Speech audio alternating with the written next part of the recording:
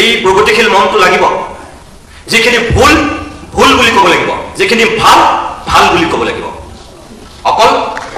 বেয়া দেখিলে নহ'ব ৰিজাল্ট কৰিমতেও চৰকাৰৰ ভালটো ভাল বুলি কওঁ আৰু চৰকাৰৰ যিটো ভুল ভুল বুলি কওঁ কোনোবা এটা চকুৰে চাই সকলোবিলাক একপক্ষভাৱে ক'লে নহ'ব দুইফালেদি কওঁ তেতিয়াহে মানুহৰ মাজত সেই আস্থা আৰু বিশ্বাসটো ঘূৰি আহিব যদি একপক্ষভাৱে কওঁ তেতিয়াহ'লে আমাৰ ভুল হ'ব সৌ সিদিনাখনলৈকে মোৰ দৃষ্টিত অসমখনত বৌদ্ধিকভাৱে আমাক নেতৃত্ব দিয়া তিনিগৰাকী পণ্ডিত আছিল তাৰ এজন মোৰ জীৱনৰ আদৰ্শ মোৰ জীৱনৰ গুৰু মোৰ কাৰণে মোৰ দ্বিতীয় দেউতা হোমেন বৰগোহাঁই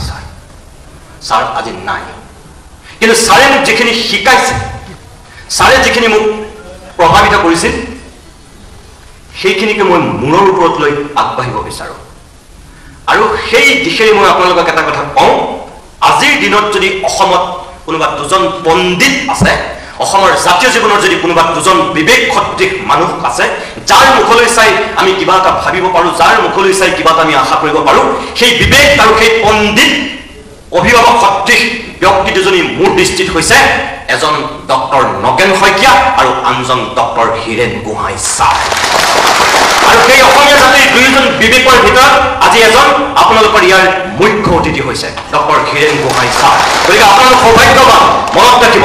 যি দুগৰাকী ব্যক্তিৰ বয়স আজিৰ দিনত 83 বছৰ এই ডক্টৰ নগেন শইকীয়া আৰু এই ডক্টৰ হীৰেন গোহাঁই ছাৰ এই দুয়োজনৰ বয়স আজিৰ দিনত 80ৰ উৰ্ধৰ যতদূৰ সম্ভৱ দুয়োজনেই 1939 চনত জন্মগ্ৰহণ কৰা ব্যক্তি আৰু আজিৰ দিনত তেওঁলোকৰ বয়স 83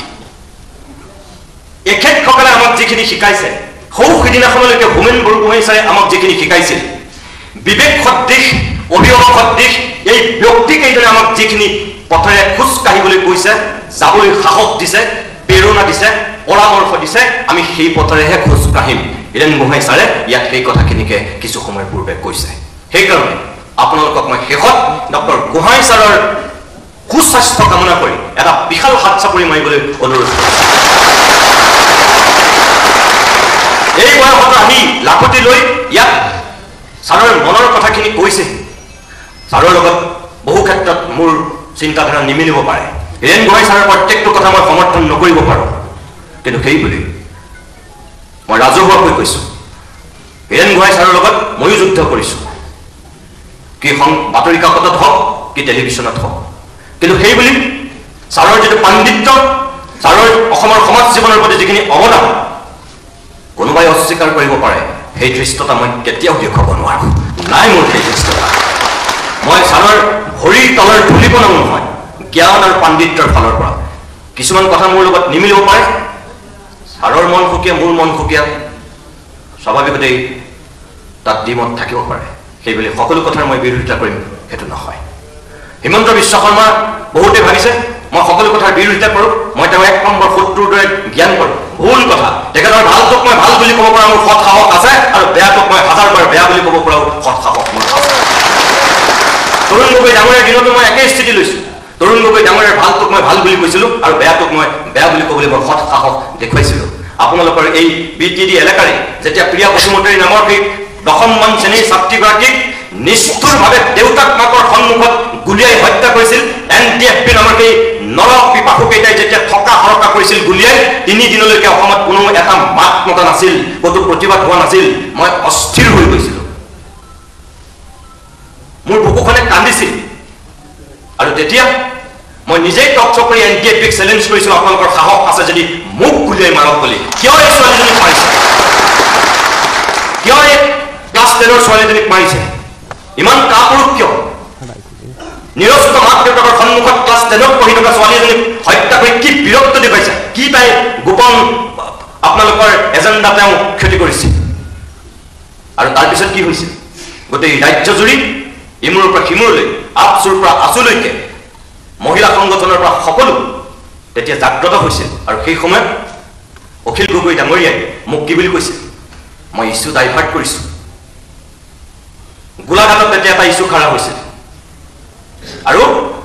মই অখিল গগৈ আক্ৰমণৰ বলি হৈছিলোঁ ইছ্যু ডাইভাৰ্ট কৰা বুলি অখিল গগৈ ডাঙৰীয়াও তেতিয়া মোক ভুলকৈ বুজিছিল তৰুণ গগৈক মই বচাবৰ কাৰণে ইছ্যু ডাইভাৰ্ট কৰিছোঁ বুলি কৈছিল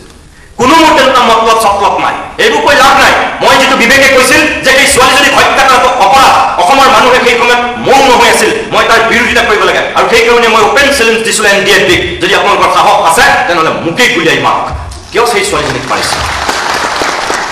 আৰু মই আজিও কৈছোঁ আপোনালোকক যে এইবিলাক থাকিবই মই জানো যে আপোনালোকে ইয়ালৈ অহাৰ পিছত মোক বহুতেই আকৌ সমালোচনা কৰিব হয়তো মোক গুল গুল কৰি দেখুৱাব তাৰ লগত বহি আছে নিতুমণি শইকীয়া চাওক এফালে ABMCৰ সভাপতি আনফালে আমচুৰ সভাপতি মাজত হয়তো হীৰেণ গোহাঁই ছাৰকো গুল গুল কৰিব আৰু মোকো কৰিব কিন্তু সেইবিলাকলৈ মই ভয় কৰা ধতুৱা নহয় মই অসমখনক ভাল পাওঁ মোৰ অসম প্ৰেমটোক কোনেও মোক চাৰ্টিফিকেট দিব নালাগে আৰু কাৰো মোক তেনেকুৱা পৰামৰ্শও নালাগে সমালোচনা কৰা মই যোগাত্মক সমালোচনা সদায় স্বাগতম কৰিম কিন্তু যিসকলে মোক ভাবিছে যে মোক সমালোচনা কৰি ধ্বংস কৰি দিব বা মোক ক'ৰবাত অপবাদ দি বদনাম কৰি অপযশ দি মোক ফিনিছ কৰি দিব সেইসকলে জনা উচিত মোক যি সৃষ্টি কৰিছে তেওঁহে মোক ধ্বংস কৰিব পাৰিব যি মোক সৃষ্টি কৰা নাই তেওঁলোকে মোক কেতিয়াও ধ্বংস কৰিব নোৱাৰে সেইকাৰণে আপোনালোককো কৈছোঁ যে সদায় আছোঁ আপোনালোকৰ লগত সদায় থাকিম যেতিয়া আপোনালোকে ভাল কাম কৰিব সদায় থাকিম কিন্তু যদি আপোনালোকে বেয়া কাম কৰে যদি আপোনালোকে জাতিটোৰ ক্ষতি কাম কৰে জনগোষ্ঠীটোৰ অন্যায় কৰে তেতিয়াও কিন্তু মই আপোনালোকৰ বিৰুদ্ধে গুজৰিবলৈ মই কোনো কেৰেক নকৰিম ইয়ালৈ মোক বিশিষ্ট অতিথি কৰি মাতি আনিছে কাৰণে মই আপোনালোকক কিন্তু তাৰ পৰা ৰেহাইও নিদিম মোৰ স্পষ্ট কথা আজি জানি এই কথাটো মই এই APMCৰ সভাপতি সম্পাদকৰ সন্মুখতে কৈছোঁ আশৰাফুল ইছলাম আৰু টাইছন মোৰ খুব ভাল মৰমৰ ভাতৃ সন্তিক কিন্তু তেওঁলোকে যদি ভুল কাম কৰে তেনেহ'লে আগন্তুক দিনত মই সেইটো ভুল বুলি ক'বলৈ মোৰ কিন্তু সৎ সাহস আছে ইয়ালৈ মাতি আনিছে কাৰণে মই কোনো তেওঁলোকক যে পচাম সেইটো কথা হ'ব নোৱাৰে মই খোলাকৈ কৈ থৈ গৈছোঁ যদি মোক কংগ্ৰেছৰ সভালৈ মাতে যদি মোক BJPৰ সভালৈ মাতে যদি মোক অগপৰ সভালৈ মাতে ৰাইজৰ দলৰ সভালৈ মাতে জাতীয় পৰিষদৰ সভালৈ মাতে আমচুৰ সভালৈ মাতে আচুৰ সভালৈ মাতে ABMCৰ সভালৈ মাতে আপচুৰ সভালৈ মাতে মই যাম মই কিয় নাযাম মই এজন সাংবাদিক মই সকলো জনতাৰ লগত থাকিম মোৰ লগত কোনো ৰাজনৈতিক এই লেভেল মাৰিব নোৱাৰিব আৰু আপোনালোক অৰাজনৈতিকভাৱে এতিয়ালৈকে আছে সেইকাৰণে অৰাজনৈতিকভাৱে জনগোষ্ঠীটোৰ উত্তৰণত আপোনালোকে কাম কৰক ছাত্ৰ সংহতি দিৱস পাতিছে সঁচা অৰ্থত সংহতিৰ কাম কৰক কোনো সংঘাতৰ কাম নকৰিব আৰু ইয়াত এই ছাত্ৰ সংহতি দিৱসত সংহতিৰ বাণী আছে কাৰণেই মই আপোনালোকৰ মাজলৈ আহিলোঁ আৰু মোৰ কথাকেইটা মই ক'লোঁ আৰু এইখিনিকে কৈ শেষত মই ABMCৰ সকলো কৰ্মকৰ্তাক আন্তৰিক ধন্যবাদ আৰু কৃতজ্ঞতা জ্ঞাপন কৰি ইয়াৰ পৰা মই বিদায় লৈছোঁ নমস্কাৰ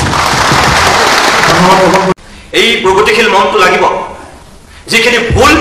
ভুল বুলি ক'ব লাগিব যিখিনি ভাল ভাল বুলি ক'ব লাগিব অকল বেয়াটো দেখিলে নহ'ব ৰেজাল্ট কৰিমতেও চৰকাৰৰ ভালটো ভাল